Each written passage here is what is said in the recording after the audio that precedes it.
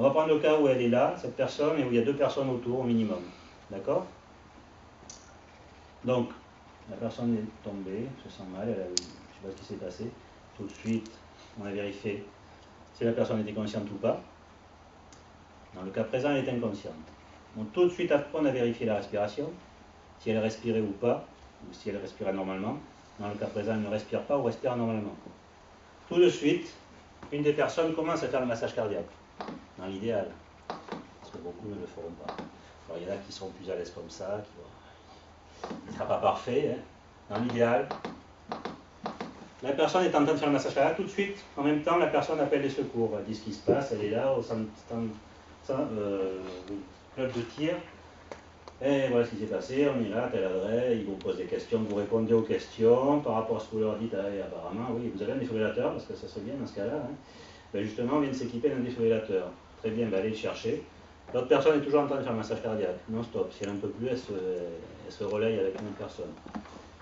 Je raccroche, si on me dit de raccrocher, je raccroche.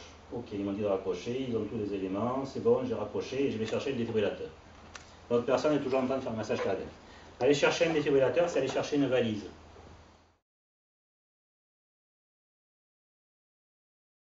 Je sors la sacoche, je reviens sur les lieux de l'incident et je pose la sacoche au sol. La personne est toujours en train de faire le massage cardiaque. Là. Elle n'a pas arrêté, dans l'idéal. J'ouvre la sacoche. Je la laisse au sol. La personne est toujours en train de faire le massage cardiaque. Moi, je sors l'appareil pour vous le montrer. Mais sinon, on ne le touche pas, on le laisse au sol. Voilà l'appareil. Il est simple. Il est sobre. Il n'y a pas 50 000 boutons.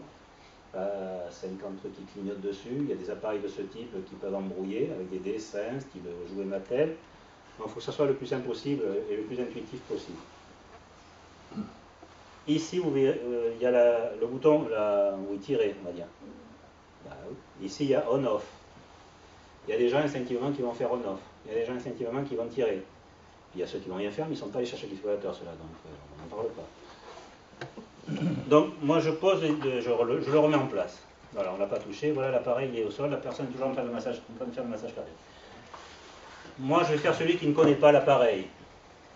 Moi j'ai mis des contacts ici, alors parfois on m'a demandé est-ce qu'il faut mettre des contacts sur la vraie personne. Non, parce que là c'est une simulation, mais ouais, bon, il n'y a pas de question bête. Hein. Et voilà, c'est pour parce que là il n'y a pas d'impédance, c'est pas un défibrillateur, c'est pour qu'il y ait le contact. Donc en espérant que ça fonctionne. Hein. Voilà.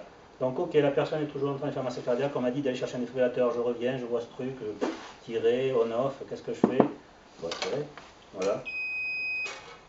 Commencez par enlever tous les vêtements du thorax du patient. C'est déjà fait. Les vêtements si nécessaire. Il y a des ciseaux spéciaux si vraiment on est dans une entreprise où il faut défaire les vêtements pour gagner du temps.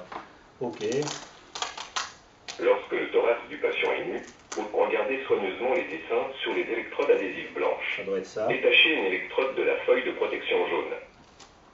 Placez l'électrode exactement comme le montre le dessin. Appuyez solidement sur la peau nue du patient. Et après? Lorsque la première électrode est en place, regardez bien le dessin sur la deuxième. Détachez la deuxième électrode de la feuille de protection jaune. Placez l'électrode exactement comme le montre le dessin. Appuyez solidement sur la peau nue du patient. Personne ne doit toucher le patient. À partir du moment où j'ai fait tilt, j'ai posé, j'aurais pu galérer encore, il m'aurait assisté encore. À partir du moment où j'ai posé, ça lui a coupé la parole. Analyse. Alors là, on est dans un scénario où il y a un choc. Personne ne doit toucher le patient. Choc recommandé. Écartez-vous du patient. Appuyez maintenant sur le bouton clignotant orange. Ça doit être ça. Délivrez le choc maintenant. Okay. Choc délivré. Bon, il n'y a pas le... Assurez-vous que l'ambulance a bien été appelée. Toucher le patient ne présente aucun risque. Commencez la RCP. Pour une aide à la RCP, appuyez sur le bouton clignotant bleu. Une RCP, je ne sais pas ce que c'est, ou je ne me souviens pas. Bah, il me dit d'appuyer, si je ne sais pas, sur le bouton bleu. Et ben j'appuie. Placez la paume d'une main sur le sternum entre les mamelons. Placez l'autre main par-dessus la première. Appuyez fortement sur le thorax en enfonçant de 5 cm. Gardez la cadence avec les battements.